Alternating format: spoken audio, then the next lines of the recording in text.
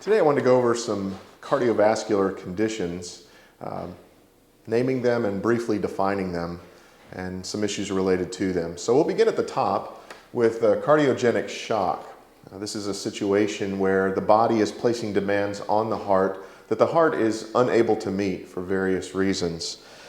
Basically, the body is demanding more blood, demanding more from the heart, but due to electrical problems in the heart, conductive system failure, or heart muscle dysfunction, it's not able to meet those demands and it goes into cardiogenic shock.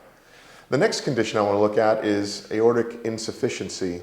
In this case, what you have in the aorta is a valve that is not closing sufficiently, and as the blood flow comes through, you get backflow back into the left ventricle. So a heart valve disease that prevents the valve itself from closing completely, and you get backflow of blood. Next would be an aortic aneurysm. In this case, you have an expansion of the blood vessel wall, often identified in the thoracic region. This aneurysm, or this thin wall, expands and causes problems.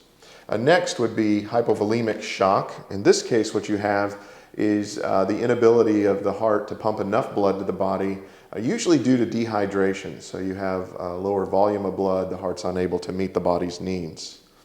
Next we have myocarditis, endocarditis, and pericarditis.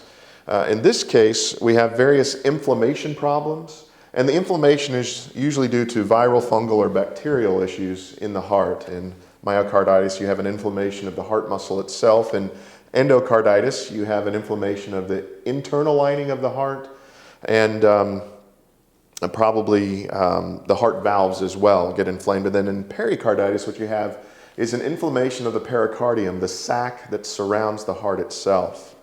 Other cardiovascular conditions we'll talk about briefly today are arrhythmia. In this case, you have rhythm problems with the heartbeat itself not beating correctly, either too fast or too slow. And then finally, today, arteriosclerosis.